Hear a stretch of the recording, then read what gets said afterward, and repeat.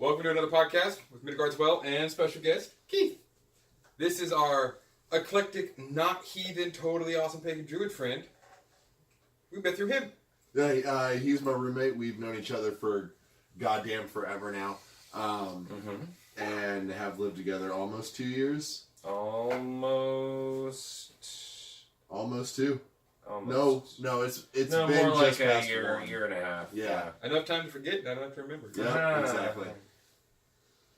So, we brought you on to kind of get a viewpoint of what it's like living with someone who's an active practitioner and what it's just like. the outsider's views. Yeah. You know, things you've been like, oh, I heard this story or this stuff, and I thought y'all were just a bunch of fucking skinheads. Turns out you're not cool.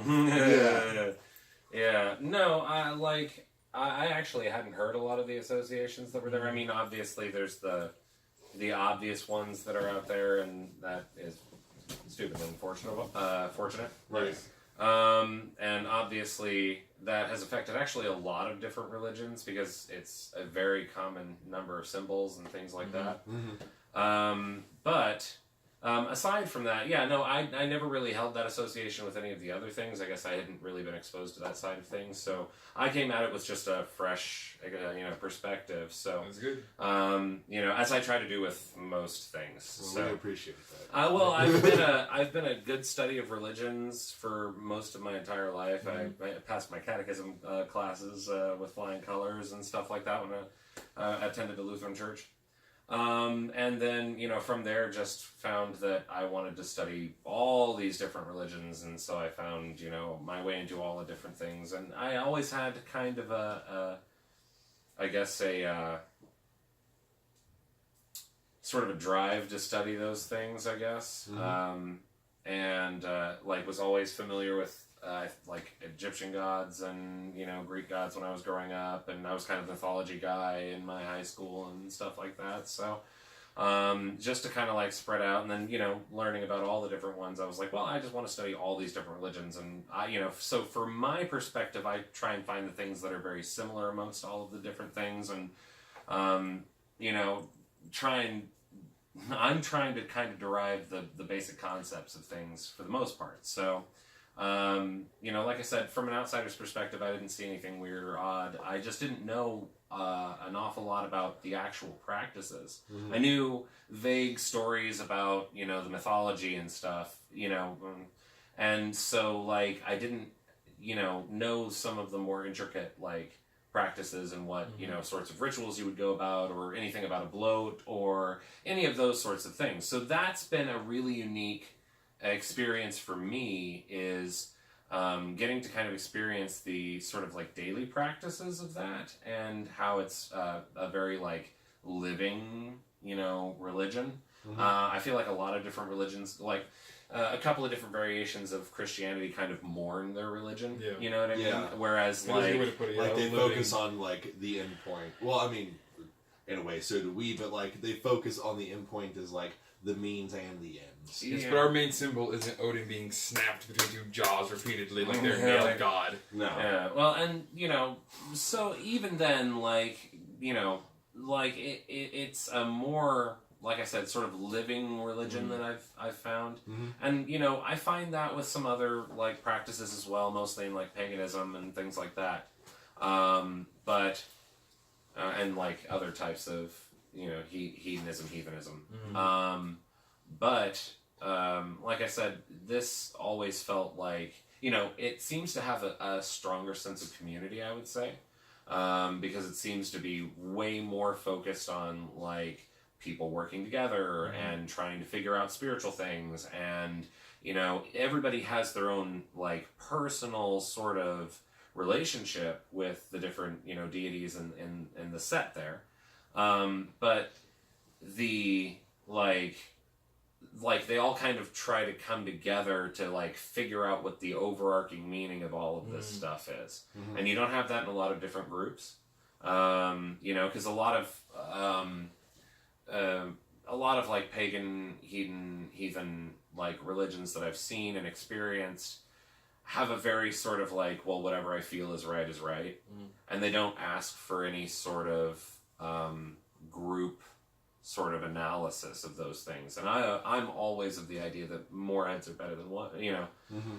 So any number of extra heads is better than one. You need sources. You need, exactly. Yeah, you need references. You need to do your research. You need to try and figure out what these things like traditionally mean and things like that. So again, because the way that I particularly practice my ways is just that, you know, I study all of the different things. I try and make sure that I have as much reference material as possible. Then I like experiment to find the things that work best for me and kind of expand from there. So again, like acknowledging, I would say, non-corporeal entities, you know, multiple different deities of different sets and things like that. You know, that's kind of where I have to do more study because I don't have that direct link like a lot of other people. And so, you know, me, I'm just kind of, you know, wandering about in the plains and, you know, doing my own thing. Right. But yeah, like I said, community I think would be the big focus on this one, and it's not something that you find in a lot of other practices. So, and I like that you can get more analysis from people, and other people can weigh in, and that you can end up having, I feel, a better idea of what's actually kind of going on by doing things that way. That makes sense. Yeah. And so then, as someone again who is a part of the larger family, someone who understands so many multiple things, but is not, you know, a strict sect of anything. Yeah. Would you say that the Norse pantheon and their followers are in any way, besides we talk about community, but are like extremely different or just like I don't know, because I say a lot of people think of us as almost standoffish in a way too, though. Yeah, I've heard that. Yeah. From time to time. So I mean, is there anything about the community? I would say that it would depend on the community. Okay. And the individuals that are involved in that. Like, I wouldn't say that it's necessarily standoffish, but maybe guarded. Okay. Mostly because of from the opening of the video here, like from talking about the associations that have been, people that have come in and basically culturally appropriated those symbols. Right. You know what I mean? That is what a lot of people, those are the only exposure to those sorts of things that they have. Obviously, you're a little guarded because people are going to misconstrue and you're going to have to continually explain yourself. Right. But I wouldn't necessarily say that you're standoffish. And definitely I've found that if you have questions about things, you are always more than like willing to give answers. Yeah. Like the other day I had the word Vegvisir stuck in my head for some reason, and I was like, Mike, what in the world is that? Like what is that word? Yeah, that's the compass. That's the thing. It's dated from the 13th century. See? Yeah. So like it's like having a little encyclopedia. Perfect for a wizard like myself. So, a living encyclopedia is also fun, to live with. So I can be like, hey, what's this thing? Like, wait a second, I have a question. There's this as well. So that's handy as well. And like I said, I wouldn't say that anybody's like necessarily standoffish. Everybody that I've run across, at least from this particular group, I can't speak for other groups. But from this particular group has always been willing to offer me more than enough information that than I'd ever want. It's perfect. So, trying to think here. Okay. So you call yourself a wizard, huh? Yeah. Well, does that mean that you're? Are you a part of the greater pagan community as a whole, or are you more of an individual practitioner? And how does that correlate with living with someone in a specialized sect, if you will, of paganism? Of paganism. Yeah. Because we've had talks, and I mean, I have nothing against Wiccans or like eclectic pagans myself, but I stick to my own pantheon, and so what? And you definitely have some opinions about people who say that they've had interactions with your pantheon as well, right? So, and like I said, I mean, that is its own that's its own species there. Yeah. But realistically, like, I'm trying to think of the best way to put this. So I had a magical precursor sort of background. And that being, and mine is sort of like general studies. It's sort of like I'm going to magic college for all the things, and then I might specialize later. But like to run into somebody who's like directly specializing, you know, it's like somebody who's going into dentistry or something. You know what I mean? It's like, okay, obviously you have a lot of knowledge in this very specific area. It's an area that I didn't have a lot of knowledge of, so for me it was a benefit. Because more knowledge is always better. And like I said, since my practice, which I call wizardry, but from a number of different texts and things and grimoires that I have consumed information from, the way that I would describe that is that I am more of a study of magic rather than necessarily a practitioner. And when I do practice, I make sure that I'm doing things in the most like respectful way to whatever it is that I happen to be calling upon. If I happen to call upon non-corporeal entities and I'm not just running off my own power and all this other stuff, there's a lot of different ways that you can pull things for different purposes and do spells, if you want to call them that. So, like I said, so for me, it comes from like experimentation and a level of respect for all of the different things that I'm going to be studying. And so, like I said, I came into like trying to figure out more about that. I mean, we're in close proximity every day, Mike, so it's like, you know, it's good to be on good basis, but at the same time, I was genuinely interested in trying to like know more about this. Because again, it was one of the first pantheons I was ever introduced to. And again, I just learned basic mythos. Yeah, there's a lot of the basics out there and not a lot of the specialty stuff out there. Yeah. There's there are books all over the place, shows, comic. You can find the Norse pantheon just thrown at almost every wall, especially after the Vikings TV show came out. Or Marvel. Yeah, and to address the Marvel thing, it is a fiction. Yes. It's sort of like if the Greeks got a hold of the Norse mythology and just played around. And that, you know, it's not based on any kind of fact or any of the original mythos. It's as loosely based as possible. Please stop commenting about it. But yes, we know Loki and Thorn brothers. Yeah, yes, we know. No. In that particular fiction, yes, we know. Okay, but the real study is far more interesting, and I would beg everybody to actually do more research into the things that they only have generalities about. I was the same way. I just had a very general lack of knowledge in that area. Knowing more has been so rewarding, just for the knowledge's sake itself. Yeah. It's really interesting. All of the stories are very, very interesting, and going through those things. And like I said, like watching the practice and watching the day-to-day rituals and things like that, that is like inspired.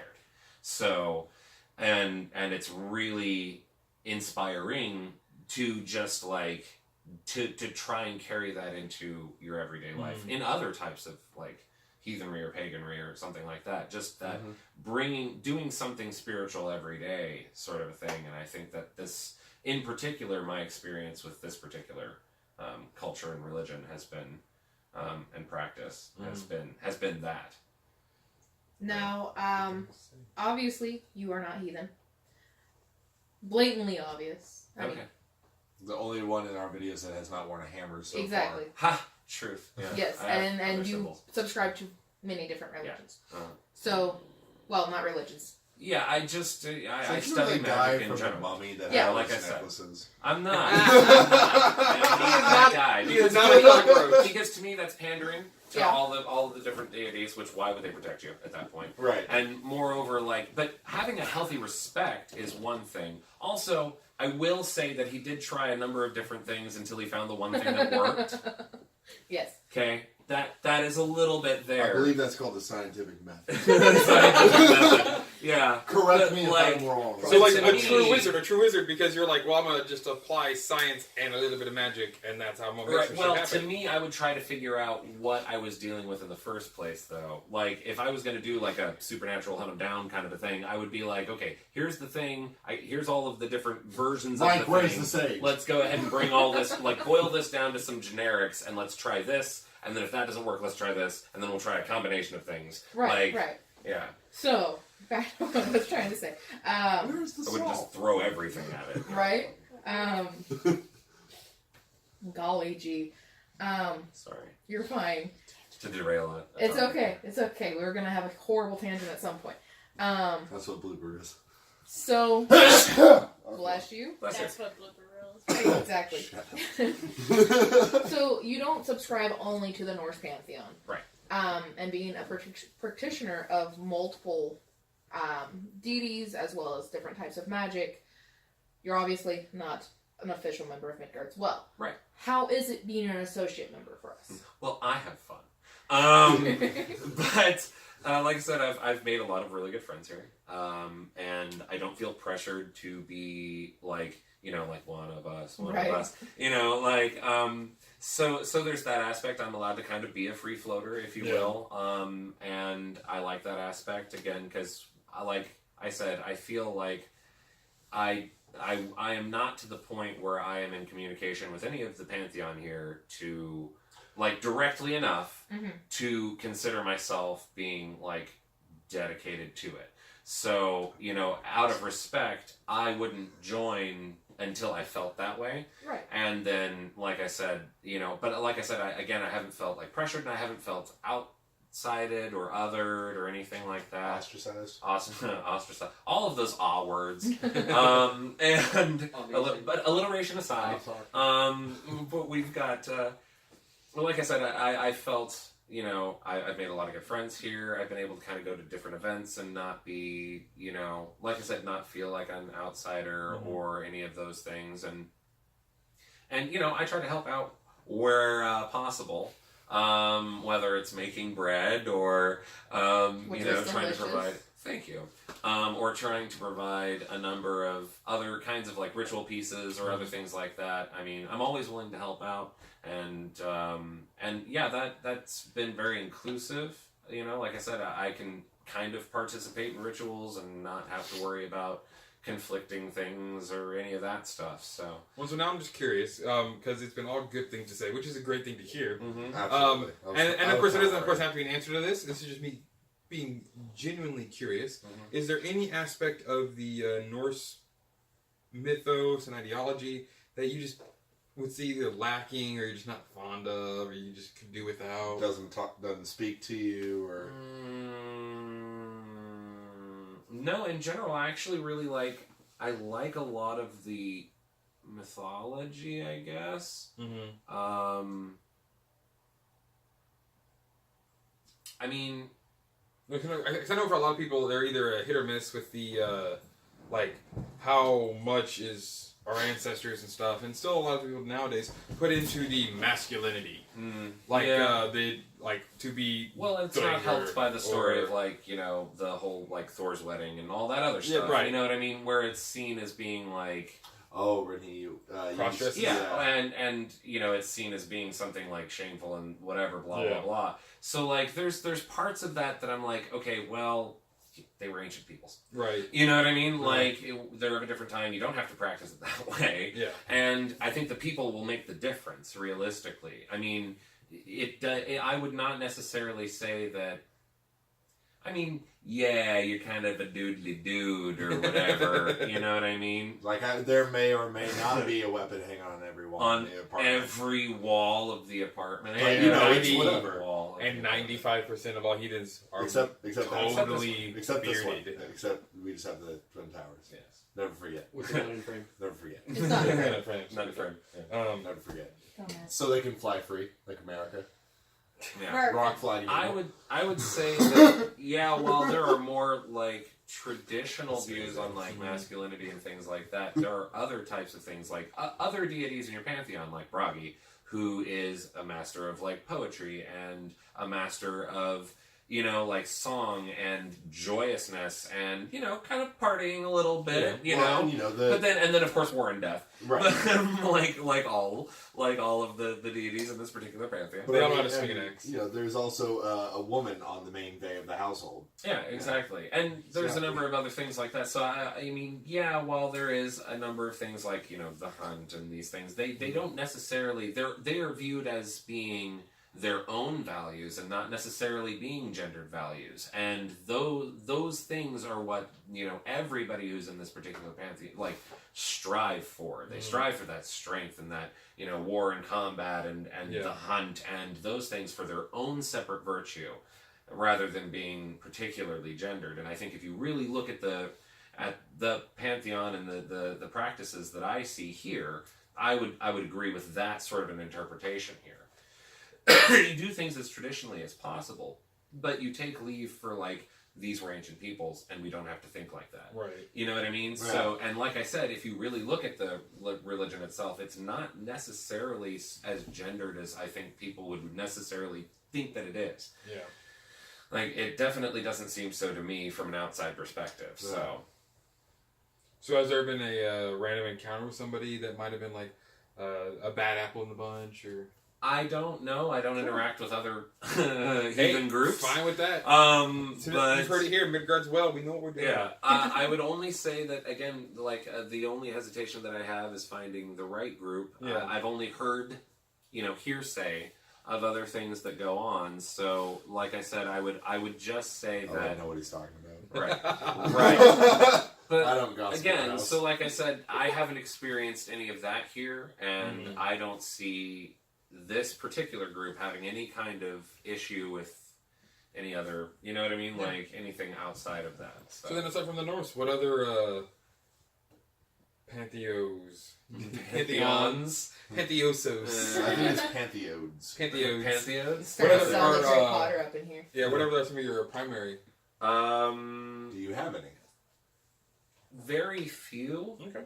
And realistically, I try to not incorporate any like deities or non-corporeal entities. You're asking for a lot there, Yeah. and so I prefer to You're more like a Solomon. I base my shit right here. here, Yeah. right now. Let's Yeah. figure out what we can. And so I studied a lot of the practicalities Okay. of magic. Like, I mean, it's going to sound ridiculous, but you know, like green magic, which is like herbs and what a lot of people call kitchen witchery, and Kitwitchery? whatever. Quitchery. Quitcheries. Ditch. But Ooh. I've been told that I have kind of a knack for yellow magic or divinity Okay. or divining magic. So the idea being like fortune telling and those Yeah. sorts of things. But you know, in general, like I guess I've kind of always had that. That's Like kind of a thing for intuition my sort of yeah, thing? an intuition sort of a thing, and that's kind of a family line thing for me. But again, it wasn't something that I've necessarily like put a lot of study into. It's just one of those things that I'm like, oh yeah, I have a knack for that, and I have like 2 or 3 things that I do, and not to call them parlor tricks, but they're a little parlor tricky. Would you say that you're dreamwalking is? I would say that might be related, but that could be related to white magic or high magic, where, and let's call it high magic, where it's more doing things on the astral planes Okay. rather than doing things like low magic, which would be doing physical stuff, you know, stuff on the mundus.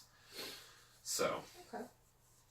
So then, has it been interesting since you're more of the, like, this realm of existence? Has it been interesting living with someone who's more or less had a direct line of communication to something not Yeah. from this? well, because I've never had that. So, I mean, like, It even can back, be shocking. yeah, even back when I was, like, younger, like, all of the feeling that I had in my previous religion, you know, Lutheran, was, I feel like, rote memorization. It's kind of the best way I can describe it. It was me repeating and then, you know, I got to a certain point when I was very, very The young. belief space and the faith base and the belief base and the faith base and the belief. Yeah, yeah. Well, like, no, it was more like, I believe these things because that's what I've been told. And I've been told them over and over and over again, and I believe them because I've been told, and I've been told them to be so. It got to a point where I was, like I said, trying to pass that on to other people, and it felt hollow, and it felt unreal, and I was like, why am I doing this? Yeah. So I like stopped and re-examined and realized that I never really felt like the touch of any like divine in my life. And I had a number of really scary incidents when I was a kid, with just completely unknown things, shadow people and all kinds of other stuff. To where, and again, I'm very based in the physical, so for me, if I see something, I see something. Yeah. I'm a skeptic first, always. Right. And so, like, to have these experiences and be like, I know what I saw, I had to start trying to dive more into what I can observe and what I can experience and those sorts of things. And from there is kind of where I started basing my, like, there is spiritual stuff. Mm-hmm. I need to know more about it. The more you know about it, A, the less scary it is. Right. True. And B, like, the more real, like, control you can kind of have, not just over those sorts of things, but over yourself. And that, I think, is what I really needed in my life. Yeah. And like I said, I went on, like, a quest for God when I was in high school, and just read everything.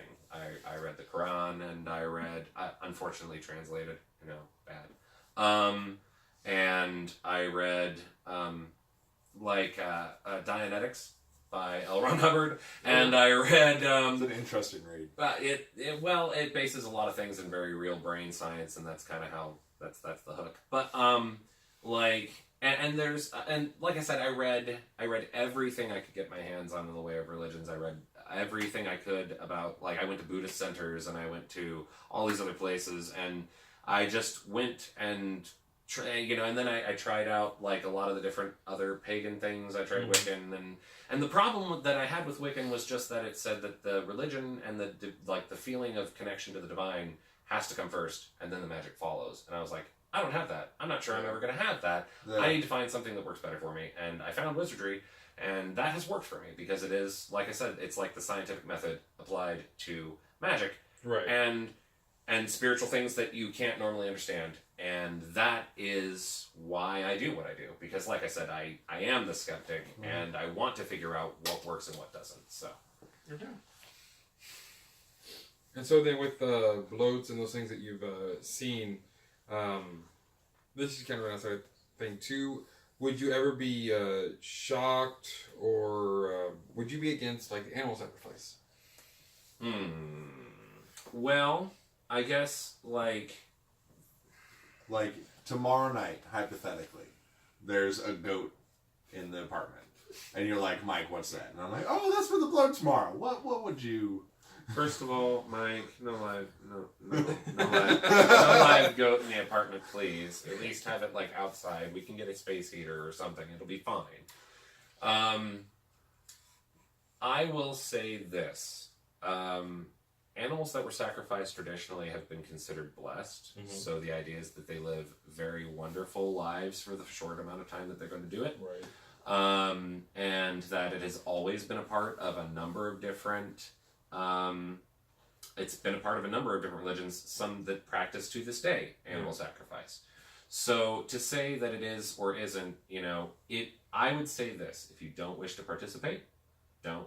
Very true. Yeah. But other people have every right to practice their religion however they want to, and I would not impede somebody else doing so. Does that make sense? Yeah. Well, no, it's that attitude that's really, like I said, it led you to be able to just meld and be able to get into the group. And again, be a part of us without having to be us. Right. Yeah. Exactly. So that's a yes on the goat.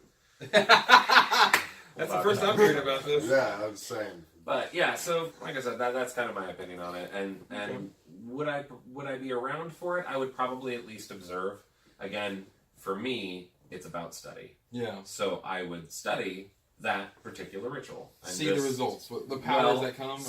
See the results, and more importantly, I think, like, to observe a living part of history for your particular religion and culture, like, and practice to be able to observe these like living practices, to Yeah. me, that is like gold. So, Have you seen Knowledge. that happen yet? huh? Have you seen that happen yet? Seen what, a live sacrifice? I know, just like, have you seen anything like having lived with me? Because I remember that episode we had with the shadow people. You know, okay, yeah, At the old we house. did at the last place that we lived together. Anecdotal evidence for the anecdotal. win. But I will say that, yeah, like I experienced that particular shadow being. It was not person shaped. The other day, I did think, I'm pretty sure I saw a white, is probably the best way to describe it. It was just something moving along, and I like looked up to look where it was, and it was gone. And I was like, and like I said, I don't, you know, if I see something like that, and I'll go to look and investigate. Was it a plastic bag? You know what I mean? Like, Yeah. I'm not the kind of person that's like, I saw a thing. It was Bigfoot. Like, I don't do that lightly. Yeah. So, yeah, I mean, and like I said, I've seen very few things in my life. I'm glad for it. And the other day, like I said, so I saw one out by the woods over there by us.